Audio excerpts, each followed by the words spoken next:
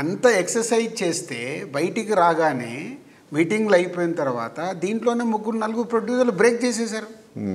ఇవన్నీ మనకి ఎక్కడ వర్తిస్తాయి అయిపోయింది. అంటే యూనిటీ ఎక్కడుంది?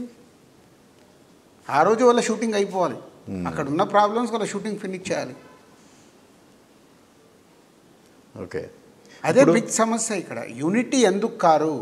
ఇప్పుడు కార్మికులు కానీ ఇంకొకరు కానీ వాళ్ళకి తెలుసు ప్రొడ్యూసర్లు ఎప్పుడు యూనిట్ కావాలనే వాళ్ళు యూనిట్ అవుతారు. వాళ్ళ అసోసియేషన్లు ఉంటాయి, వాళ్ళకి ఎలక్షన్స్ ఉంటాయి, వాళ్ళొక బాడీ ఉంటుంది. ఆ బాడీ ఎలా డిసైడ్ చేసేస్తే అందరు దాన్ని ఫాలో అవుతారు. అది ప్రొడ్యూసర్లో ఉండదు.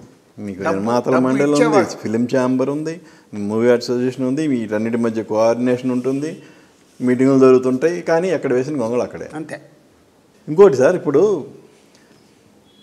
ఓటీటీ డేస్, సినిమా రిలీజ్ అయిన ఇన్ని రోజుల వరకు ఓటీటీలో రిలీజ్ చేయకూడదు అంటారు. మీరే దాన్ని బ్రేక్ చేస్తున్నారు, రిలీజ్ చేస్తున్నారు. ఆడియన్స్ థియేటర్కి ఎందుకు రావాలండి? మీరు సినిమా రిలీజ్ చేసిన 15 రోజులకో 20 రోజులకో తీసుకొచ్చి ఓటీటీలో పెడుతుంటే ఆడియన్స్ రావట్లేదు, ఫుట్ఫాల్ తగ్గిపోయినాయి అని ఎందుకు మీరు మాపోతుంటారు? నేను చెప్పింది అదే కదండి ఫస్ట్ దాంట్లో. సో మీరు చెప్పారు, నేను అనేది మీరు ఫస్ట్ ఇదిగో సినిమా రిలీజ్ అయిన తర్వాత ఇన్ని వారాల వరకు మేము ఓటీటీకి ఇవ్వము అనే స్టాండ్ మీద ఉంటే ఆటోమేటిక్ ఫుట్ఫాల్స్ పెరుగుతాయి కదా. అది ఒక్కటి దానివల్ల ఫుట్ఫాల్ అనేది పాయింట్ బై పాయింట్ వస్తుంది. అదే దానివల్ల ఫుట్ఫాల్ పెరగదు.